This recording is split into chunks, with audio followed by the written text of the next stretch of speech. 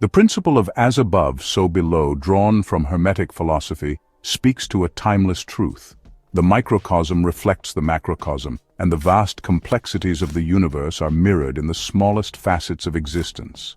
Though Leonardo da Vinci may not have explicitly invoked this maxim, his work resounds with its essence, as if the spirit of Hermeticism whispered through his pen and brush, guiding his relentless inquiry into the unity of all things.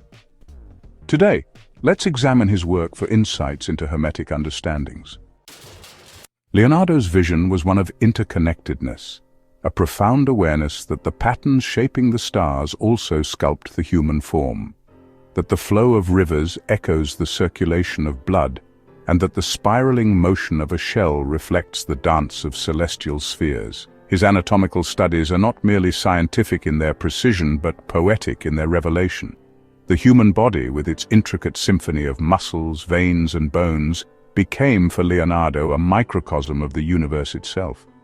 Just as the earth is sustained by flowing water, air currents, and tectonic forces, so too does the human frame thrive on the harmonious interplay of systems.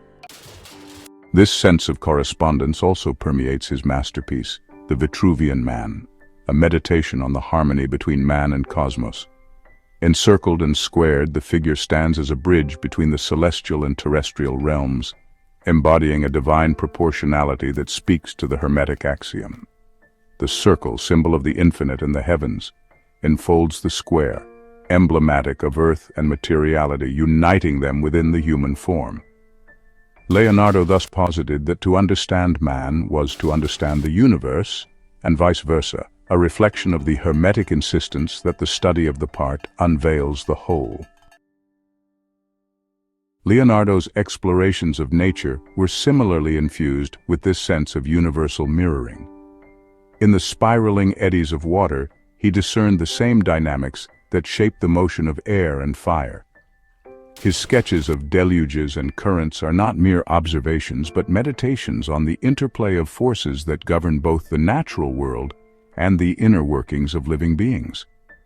For Leonardo, the veins of a leaf were no different in essence from the tributaries of a great river, both manifestations of the same guiding principles, repeated endlessly across scales and forms.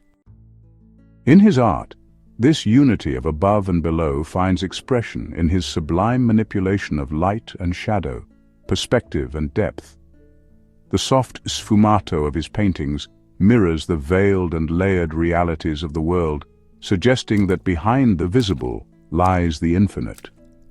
His portrayal of the Mona Lisa is not merely of a woman, but a reflection of a world in balance, her enigmatic smile, a cipher for the mysteries that bind the heavens and earth. This sense of unity extended to his scientific pursuits, where he bridged disciplines with a seamless understanding that art and science were not separate domains, but two languages of the same truth.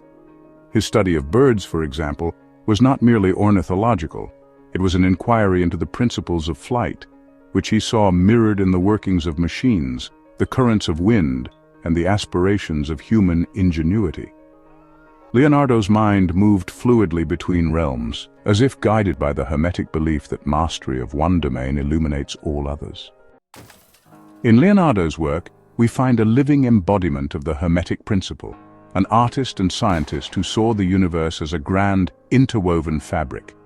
He understood that to explore one thread was to touch the whole, that the infinite complexity of the cosmos was written in the simplicity of a flower or the mechanics of a wing. His legacy is not only in his drawings, paintings, and inventions, but in the enduring insight that above and below, seen and unseen, are but reflections of one another, bound in a timeless, universal harmony.